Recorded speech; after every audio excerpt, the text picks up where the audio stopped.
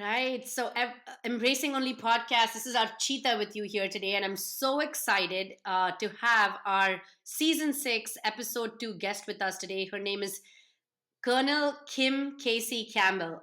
I hope I said all of that right there. You And do did. you go by Kim or do you go by Casey? I go by either one. Either Kim one. is All my right. given name and Casey is my call sign. Okay, and we're so thankful for you like joining us and our audience here today, Kim. I feel like I need to call you Colonel Kim just because of the absolutely celebratory career that you have had of over 24 years. Kim has served in the Air Force in the United States for 24 years as a fighter pilot and a senior military leader. She's a keynote speaker, a best-selling author, and I'm super excited because a couple of weeks from today, on March 8th, everybody mark your calendars or pre order her book that is releasing, which is called Flying in the Face of Fear, a fighter pilot's lessons on leading with courage. What truly makes your story so fascinating, Kim, is that on so many different levels, she's a celebrated retired Air Force colonel who served in the Air Force for 24 years. She's flown 1,800 hours in the A-10 Warthog. I hope I'm pronouncing that right, including more than 100 combat missions, protecting troops on the ground in both Iraq and Afghanistan. In 2003, Kim was awarded the Distinguished Flying Cross for heroism after successfully recovering her battle damaged airplane after an intense close air support mission in Baghdad. As a senior military leader, Kim has led hundreds of airmen both at home and abroad in deployed locations, enable them to succeed in their missions. She takes this experience and inspires so many more in corporate spaces and boardroom tables to lead with that passion of leadership. And she feels strongly that leaders earn trust by leading with courage and connecting with their teams. As an only in every space you possibly have occupied, Kim, we are so excited to have you on the Embracing Only podcast. Thank you so much for having me. I appreciate it. Absolutely. So, Kim, before dig into like some of those meaty questions, in your own words, as you think about your career and flying in the face of fear, what would be one or two instances that really hold a special space that you lean into as you like to talk about facing your fears head first and really tackling them? I think it's really interesting because sometimes we hear that word fear and we think it means vulnerability or weakness or some sort of negative connotation. And what I've realized looking back on my career is that there were many times that I felt fear. And that wasn't a negative thing. It was a normal reaction to a stressful circumstance. And I can think of walking up the ramp that leads up to the Air Force Academy on day 1 for basic cadet training. I mean, I was nervous, I was scared, I was worried about what I was going to face. It was this fear of the unknown, but I still did it. I still walked up that ramp. I think of walking into my fighter squadron on day 1, where I knew I was going to be the only woman in the fighter squadron, one of just 33 women in the entire Air Force at the time flying fighter jets. And I was nervous. I was worried that I wouldn't meet expectations, right? It was this fear of not meeting expectations, fear of failure, right? All of those things. But I still opened the door, I still walked in, and I worked really hard. And I think that's the idea, right? We will face fear in our lives. That's okay. It's normal, even though it can feel not so great at the time. But it's all about what you do. Like, what is that next step that you will take to face your fears? And I think that's the most important thing, right? It's not the fear that matters. It's what we do when we are scared that matters. Yes, I love that. I love that. And I recently I shared something on LinkedIn that I found someone had created. They created this fabulous flow chart and it said, I want to do something was on the top. And on the left hand side, it said, I am scared. And then it said, do it scared.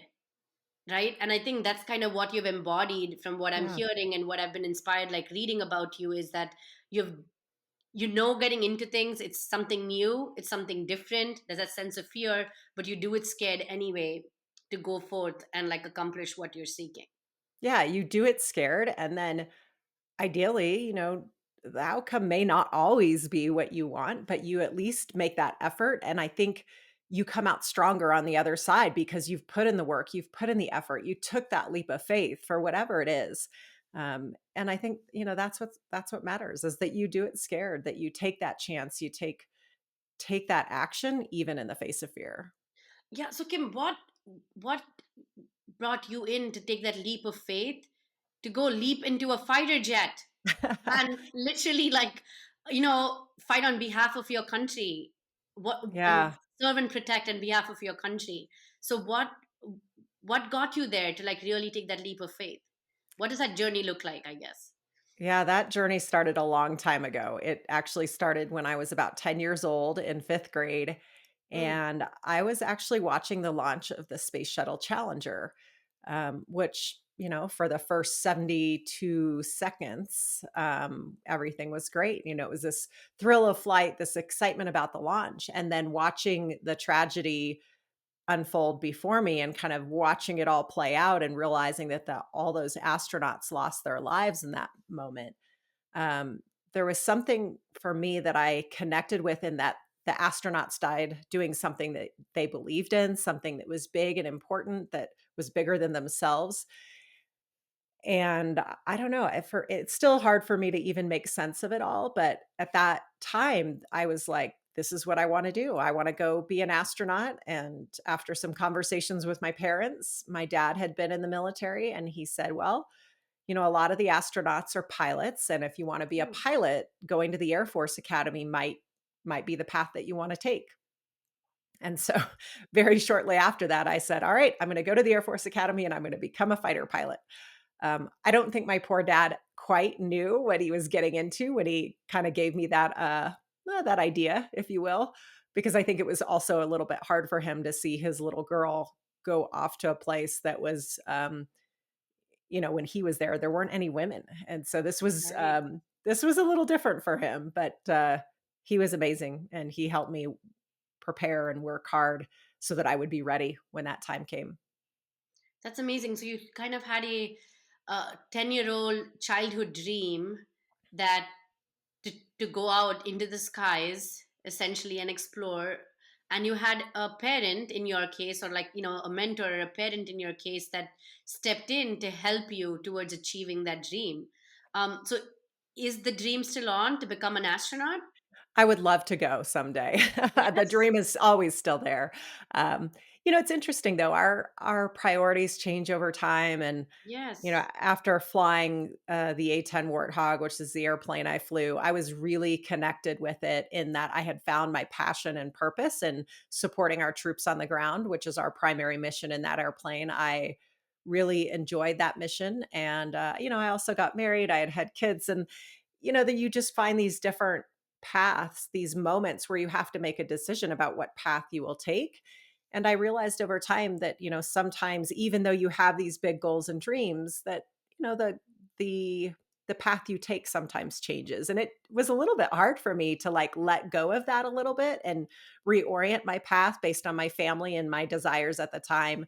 But it's still out there, right? Like it's still this like, could it ever happen? I don't know. We'll see. Yeah, but I mean, geez, like, let's just take a step back. What you have achieved is freaking phenomenal, so it's not like, yes, space, but you have saved lives on planet earth right here, Yeah. right? And that in itself is, I'm sure, beyond your wildest dreams as a 10-year-old. Oh, I didn't even, as a 10-year-old, right, it was just like this thrill of being a pilot, right? It was a thrill of becoming a pilot and serving. I just didn't know what it all meant, right? This Mhm. concept of service. I mean, I had an idea, but I think once I did, and once I had the opportunity to serve, it just became big, like in terms of finding my own passion and my own purpose. And it just, I I fell in love with what I was doing. It brought me happiness. It brought me like this sense of purpose in what I was doing. And I realized that I didn't want to stop doing that. And so I think that's okay, right? Our paths change, our goals change, our Yes. priorities change. And Yeah. each time they change, it's just finding your new passion, finding your new purpose and your Yes. why, your reason for being. Exactly, because I think there's, in the world of the influencer and the world of social media, there's this constant, you know information that's pushed on us saying that you need to find the purpose, the passion, and there's this impression that's created. I remember my 21 year old nephew speaking to me and being like, I don't know what I want to do with the rest of my life, and him really being in a state of crisis as he's leaving college, feeling like he didn't know, that he didn't have that figured out. And I Yeah. think that's where we fail, the people coming behind us, when we push out narratives that, the passion has to stay singular. Because to your point, you've got to give yourself the balance and the opportunity to go experience something different and pursue that with the same passion you would something else. So as you look at this, like, because I'm confident that this journey of yours has not been linear with regards to, like, I want to do this and then do that and then get this right. You wanted to be a fighter jet pilot. I hope I'm saying all these words right, because Yes. my queen Olivia, who would know all these words, who would really understand this language, is not on here with me. But in your kind of pathway to, like, defining your purpose and passion as you made the pivots you made in your career, what was one of the most defining moments that led you to fly the A10 Warthog that resulted in this phenomenal honor that was bestowed on you? Yeah, that's a really interesting question. I think defining for me, I finished my training in the A10 in 2001, at the end of 2001. And I think for many people around the world, everyone's, lives were changed on September 11th, 2001. For me, that meant that I would then spend really the next 20 years of my career deploying and during a time of war. um, that put things into perspective for me. You take these jobs, you go into this career path, and then there it is a time of combat. It is a time of war, which, looking back and having the reflection on it, right? It's a terrible thing. It's not anything that anybody wants to go do because, I think about the friends that I've lost and the time that I lost away from my family. I mean, that's all kind of the negative side of it, but the positive side of it, the positive side of being in that environment was that I got to do the job that I was trained to do. I helped people get home safely to their families. I was part of this team that, when you go through hard things with people, it's like this bond that cannot be broken in terms of this sense of camaraderie and teamwork. And going through some really hard times with these people really put perspective on what we were doing. Like, we were doing this together. We were doing it for the people around us to support our troops on the ground. To me, that's really where, like, this idea of being an A-10 pilot and being able to support our troops on the ground, that's where it really kind of sunk in terms of what I was doing. Now, when I decided to be an A-10 pilot, this was, it was before 9/11, it was before combat, it was before wartime. So for me, it was just like, this sounds like a really great mission, a really great Mm. airplane. It'll be a lot of fun in terms of the low level flying that we do. I just At the time, I had no idea about the impact that we would later make, because Mhm. of the way that the world was at the time. That's such an important thing that translates so well to the corporate world and every, like, single, like, space a leader occupies with their team. You share something in your book, I think, which speaks around how do you prepare to respond and adjust when the mission or life doesn't go as planned. So how would you, especially right now, and I mean, I say especially right now, I feel like every 2 months, which Yeah. is crazy because the world is in constant change. So as leaders who are constantly seeing change, like they've never experienced, like their leaders had to experience, like my leaders leading me 10, 15, 20 years ago didn't see change like we're having to see change, whether it be layoffs, whether it be a war, and Right. that suddenly kind of comes along, an earthquake that changes a lot of, because the world, the globe is working so close together right now with regards to where our employees sit, where our team sit, where our friends sit, etc. So, how do you, as a leader, prepare? And I'll use the word resiliency, but please feel free to, like, use whatever is appropriate here. How do you prepare yourself and then practice that preparation in and knowing that things that are out of your control are going to keep being presented in your path, in your journey of leadership. Yeah, it's been really interesting actually to use a lot of the techniques and concepts that I learned in flying into my role as a leader as well. And I had the opportunity to lead some amazing teams throughout my service in the Air Force. And I recognize that, that trust, that resiliency, like it doesn't happen overnight, right? We can't wait for a crisis to happen and then hope that we have trust and hope that we have resiliency on the team. And I think there are so many uncertainties that we're facing right now. I mean, we're coming out of a pandemic. You know, Yes, of there's course. there's Didn't mention s- that. there are so many just struggles and this kind of unknown and change, and it is stressful for teams. But what I've realized over time is one, we've got to build the trust early, right? We don't wait for a crisis. We try to build those connections on our team. To me, we do that by really just showing that human side of leadership. Like it is okay to be human. It is okay to let your team see you for who you are.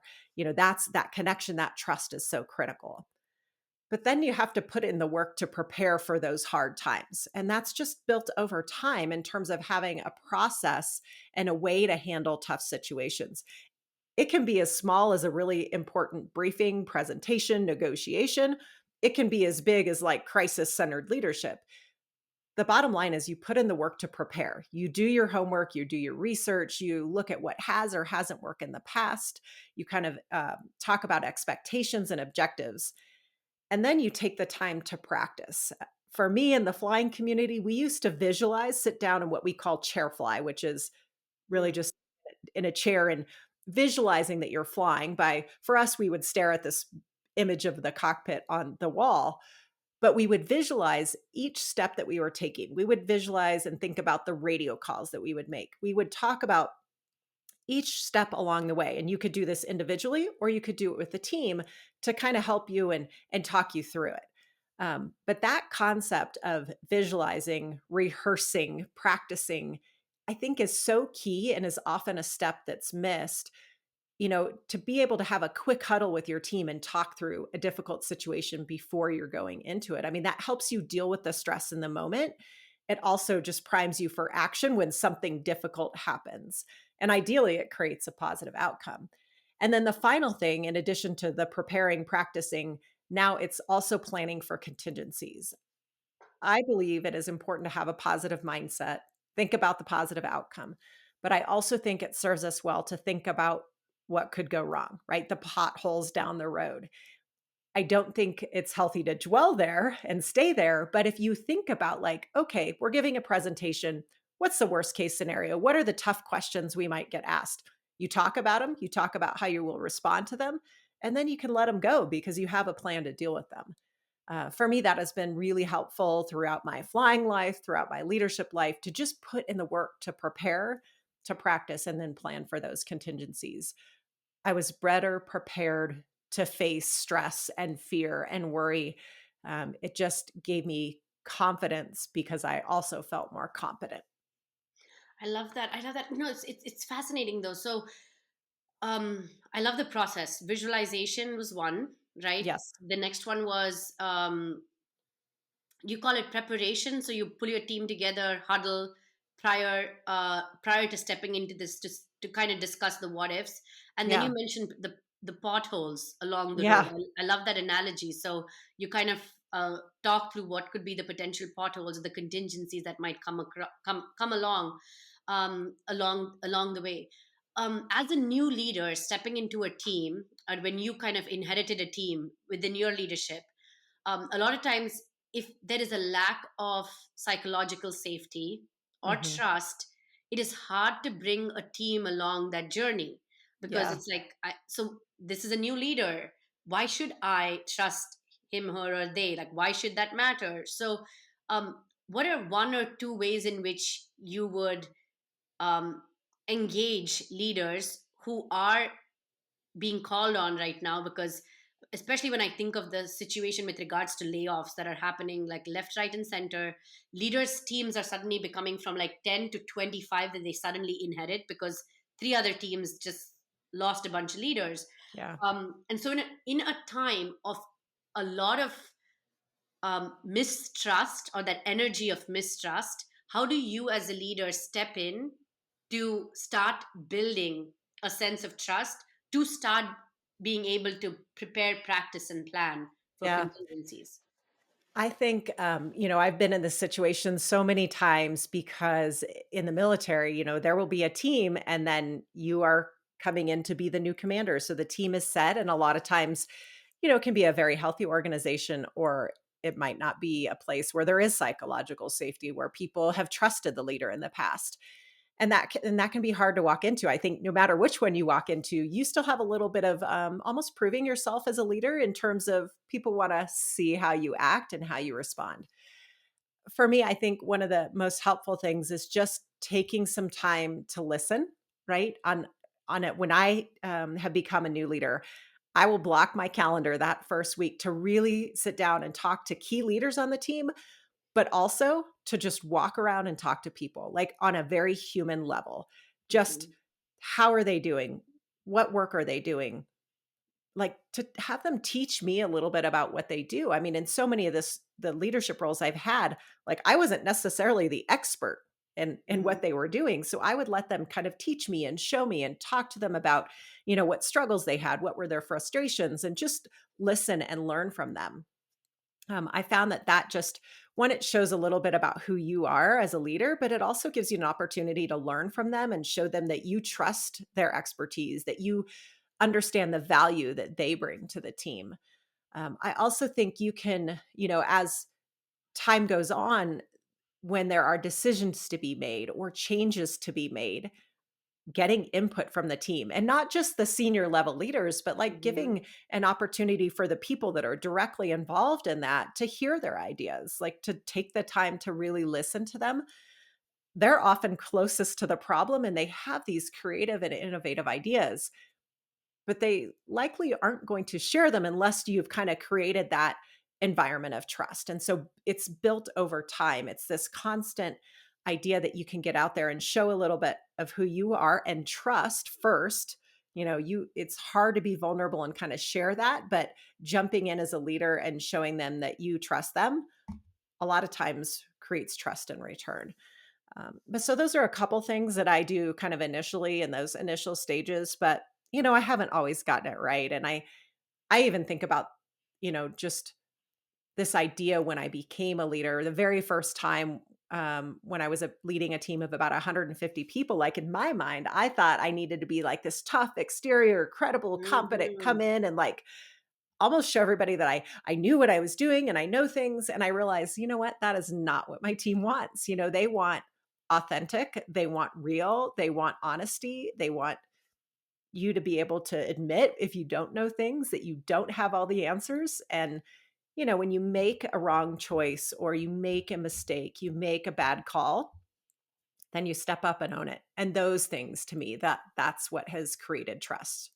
My God, Kim, there's so many nuggets over there that I need to like unpack one layer at a time. So we're going to first start with what you said, which was listen as a leader, right? Yeah. So, and I'm almost will add like listen with curiosity, because a lot of leaders Yes. will say, I had a phenomenal leader in my lifetime that said, listen, learn, and then lead.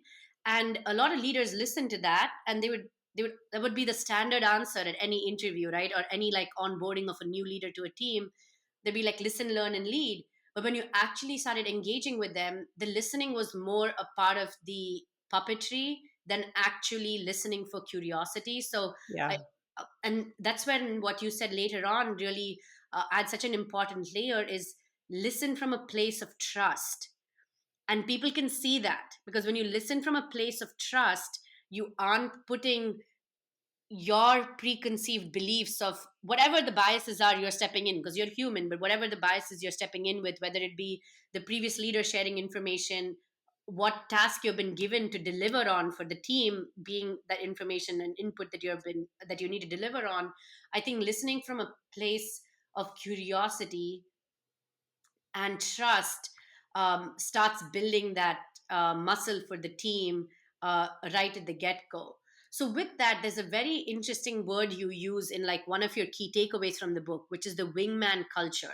So cultivate a wingman culture on your team where each person is part of something bigger and more important than themselves. So could you share with our audience, like, what does that entail, and if there were like 3 or 5 ways in which they can incorporate and start considering driving that, what should leaders of teams be doing?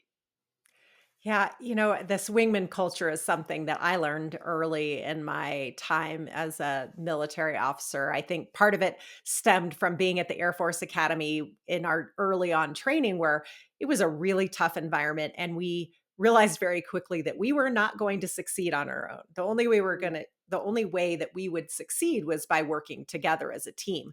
So that's where this whole idea of a wingman came in, of like, never leave your wingman behind, always be there to provide mutual support. But then when I actually started flying, I really understood what being a good wingman was, right? Because a wingman, they're one of the primary roles of a wingman is to check the 6 o'clock position, which is the Mm, position behind an aircraft where you can't see on your own, right? It's this whole idea of having someone's back. mm, We use it in the air, but I think it's very applicable on the ground, right? Like if a teammate is struggling, do you have their back? Are you able to let them know, that you're there to help, that you can provide that mutual support? I think about some moments in combat where my wingman was, where I was overwhelmed by an emergency and my wingman was there helping me see the bigger picture, right? Providing that mutual mm. support, giving me awareness that I didn't have. So all of these things upon reflecting, right? They're very valid in a organization and in a team that doesn't relate to flying. It's this idea of ensuring that as a leader that people on your team understand the role that they play, right? How their role is critical for shared success. It is Yes. the idea of lifting others, having their back, which then elevates the performance of the team. It's also this idea of, does everybody on the team understand where we're going, the why behind what we're doing? So you're all driving towards that common purpose and common goal. Yes, Um, yes, yes, yes. I love. Oh my gosh! I'm First of all, when you started explaining what the wingman does, it reminded me about my most recent Top Gun Maverick movie that I watched. And yes. I kind of, I'm a visual person. I'm like, yes, I But now remember you can that. picture it, right? Yeah, you Yes, can picture they're right in there together, and one of absolutely. them is looking out front, leading, and the other Yes, one is looking around for threats, and it's just yes. this idea that you work together as a team to make your target. Yes, and I think one of the things sometimes we, especially if you're starting your journey as a leader, or even like, you've made a bunch of different, taken a bunch of different paths to being a leader, that we sometimes lose sight of is that you may have a big, bold vision and mission as a company. It might be so strong that everyone feels it. But if your team doesn't understand the role they play towards that mission, it becomes hard for them to be a good wingman because they don't see the threats coming, because they don't realize that part that they're playing there, when some, whether it be a supply chain issue, it be like a reason to speak up because there was something that was done that was non-compliant, whatever it might be. I think being so clear as a leader to help each and every team member understand the role they play towards that larger mission, and not leaving it to the team to like be like, of course they're competent, they've been around for whatever number of years, they'll figure it out, makes such a big difference. But if I were to flip it to the leader, because leaders can be very lonely in this journey. Yeah. Had this chat. I had a chat with one of my ex colleagues recently, and they shared with me, because I was like, it was lonely being a leader because I loved each and every one of you in the sense of like, okay, we were a strong team. We really built this sense of safety and trust, but I didn't know who had my back at Right. times, right? and Yeah. and they recognize this, and she mentioned to me, is like, Archita, we recognize this as you chose to leave the organization, it, for many different reasons, is that we never had, you had our back, we had each other's back, but as a leader we also need to be having your back in the bigger Yeah. picture of things, right? So one, how do we as leaders um, set ourselves up to, I don't know if the word is succeed, but set ourselves up to prepare for Mhm. situations wherein we have, whether it's a, what does that look like? Is it a wingman on the team, or is it help that we need to ask for? I think it's both, and I would say that a little bit of this depends on the team, but if there is somebody on your team that is potentially, closer to a peer that very much has your back, right? That will shut the door and tell you, "Hey, that didn't go over so well," or "That didn't come across in the right way," or uh, I don't think people understand what you're getting at, right? That really honest person on your team that is respected and trusted. If you have someone like that, and I had the pleasure of having some of those people on my team, whether it was a deputy, a person right below me, or we would have a senior enlisted advisor, this person on our team, kind of like a chief of staff that would be able to give us that really authentic honest feedback. I think that's critical. It doesn't always exist on all teams. And that's why I say sometimes you need somebody outside the team that can have your back, right? That mutual support. I think coaches and mentors can help in this way.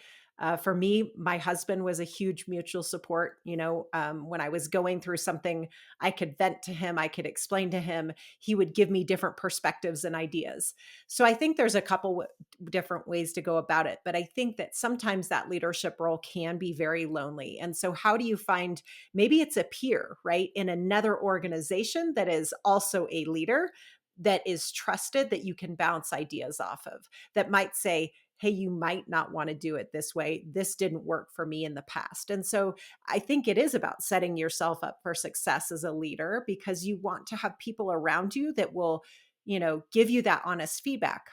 I also think some of that can come from your team if you have an environment of trust, right? Where Yes. people on your team at all levels aren't scared to give you feedback as a leader. And that is so hard to do, but it's about encouraging it, creating that environment of trust. And when somebody gives the feedback, it's thank you, keep it coming. I appreciate that. There's a lot of different ways to go about it. And I think honestly, the inside the organization, but also outside the organization can really be a help.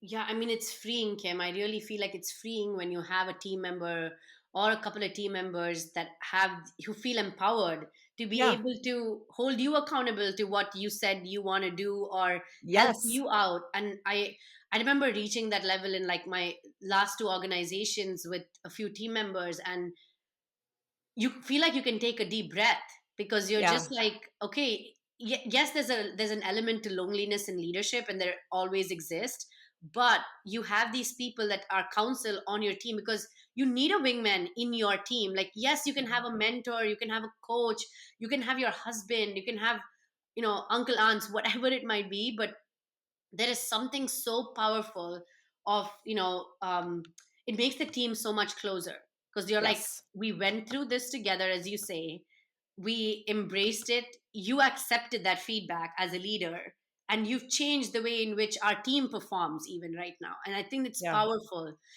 if we're able to cultivate that, for sure. It's actually giving me goosebumps because I love that team of mine, so shout out to that team, you know who you are. I love it. So if you were to like, talk about that, the only journey, because with every story you've shared so far, like, we're talking about that, leadership experience across like gender, race, and everything else. But you've had a very only journey. Like, what did you say? 33 female. Yes, Uh, 33 female fighter pilots in the Air Force out of about 3,500 when I first started. yes, and So that's less just, than 1%. yeah, less than 1%. That is an insane number. So when you think about that, when you're an only, you get, and I've had a chance I say, I've had experiences in not so critical situations in my life, of course, because you were a fighter pilot, but of being an only, you don't get a lot of opportunity to fail forward and fail fast. So how did you embrace that mindset? Because that's something you really articulate in your book. You speak a lot of is embracing that fighter pilot mindset of failing Yeah. forward. So how did you navigate that as being the only woman in multiple places and spaces, and failure came knocking?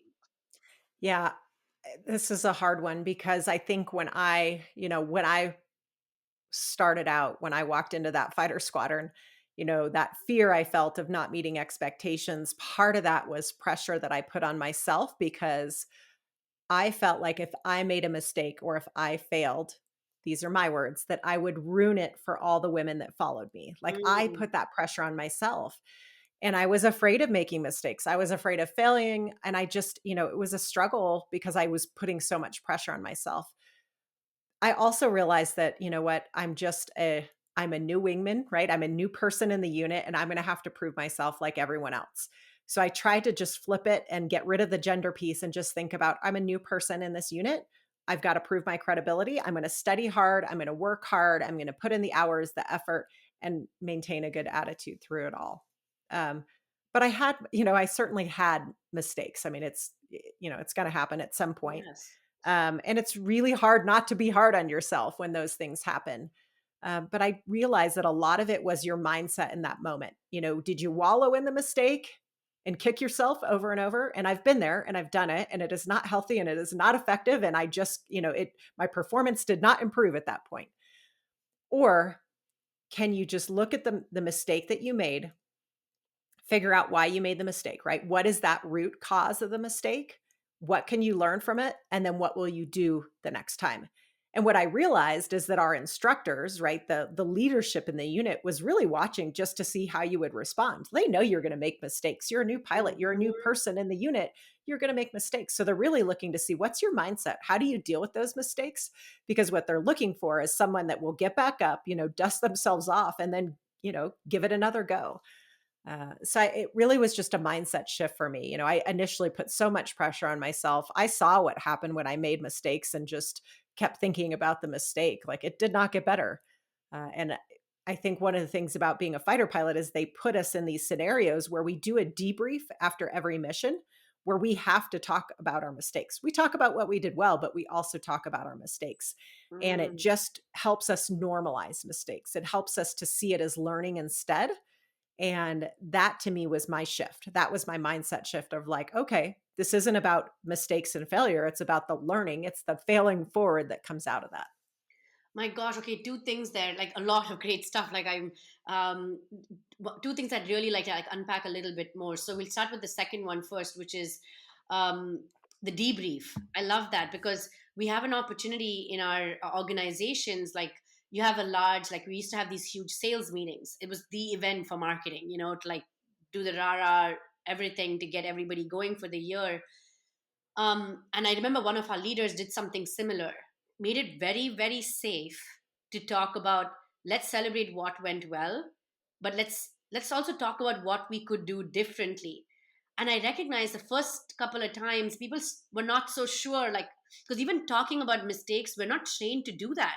We're not, Right. especially if it's high performance cultures, we are not trained to talk about failure in high performance cultures because it sometimes and this is healthy and unhealthy, right? Because it's unhealthy in high performance cultures where you pit failure against each other, when Hmm. failure of someone or of something is a victory for someone else, right? That's just terrible.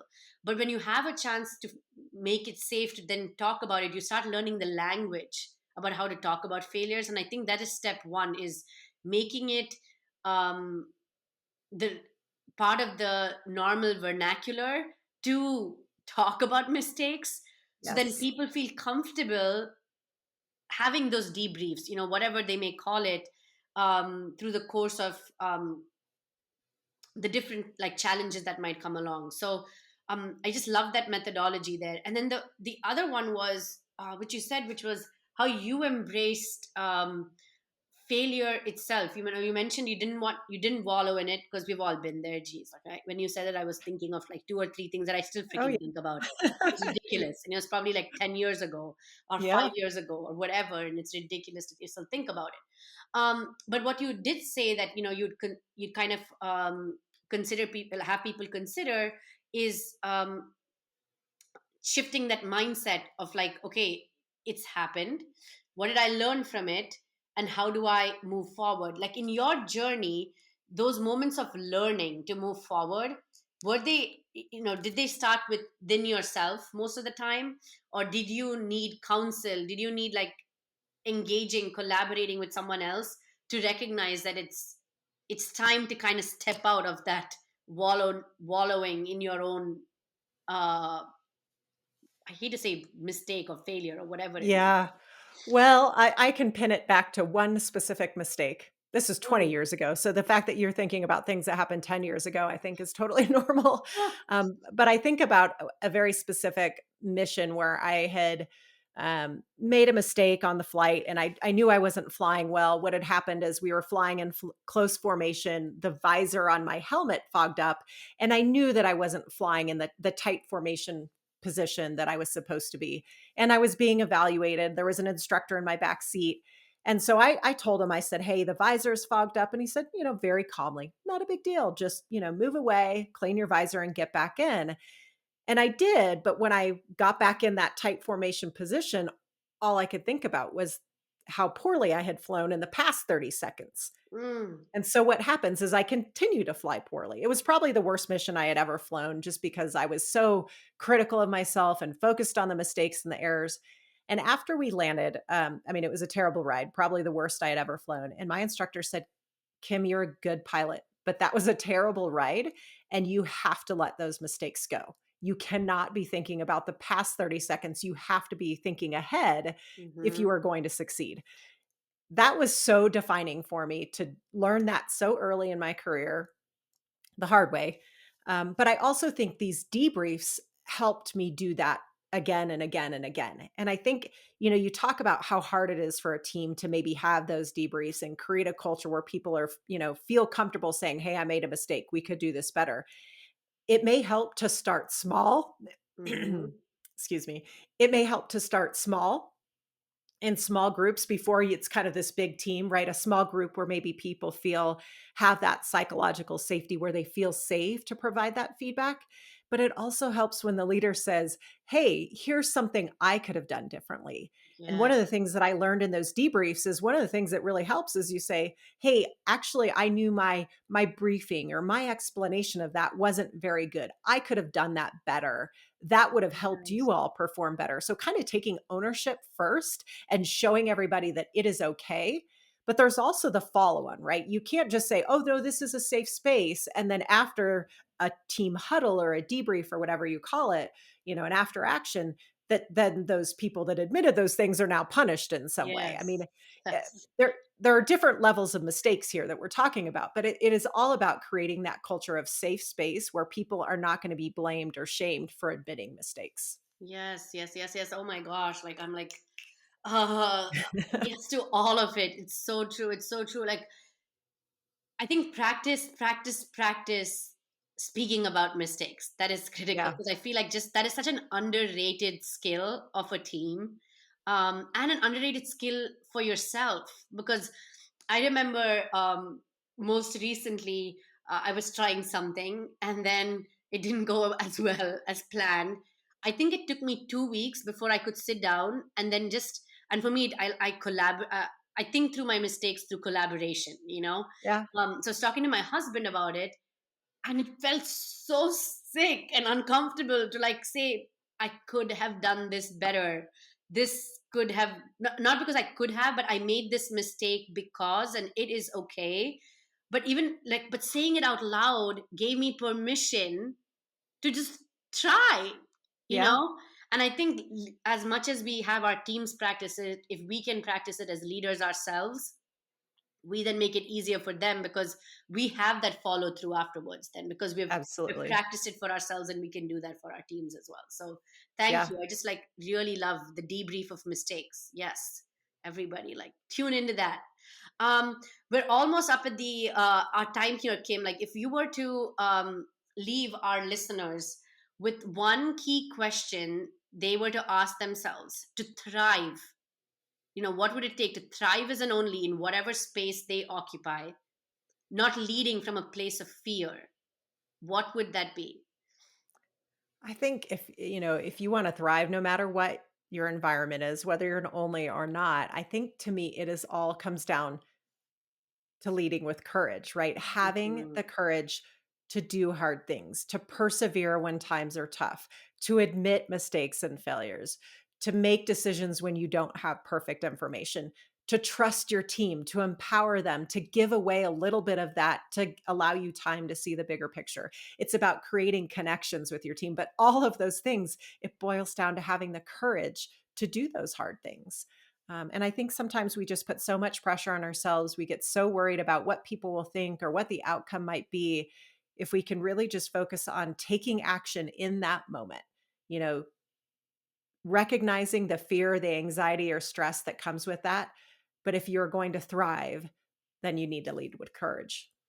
I love that, Kim. So, to our Embracing Only podcast listeners, lean in to leading with courage to deliver imperfect action, to like go on and thrive in every single space you occupy. So, Kim, thank you so much for these last 45 minutes that we've had a chance to talk through. To everybody listening in, please go and get pre-order the book, go buy the book, or if you don't read it on your Kindle or your audiobooks. It releases March 8th, and it's Flying in the Face of Fear, a fighter pilot's lessons on leading with courage. Are there any other places our listeners can find you, Kim? Yeah, absolutely. Probably the easiest way is via my website, which has links to all the different social media. But the website is kim-kc-campbell.com. They're also welcome to reach out on LinkedIn as well to ask any follow up questions. I really love connecting with people, especially after a podcast, and they can ask maybe the questions that we didn't answer. So I really appreciate the opportunity.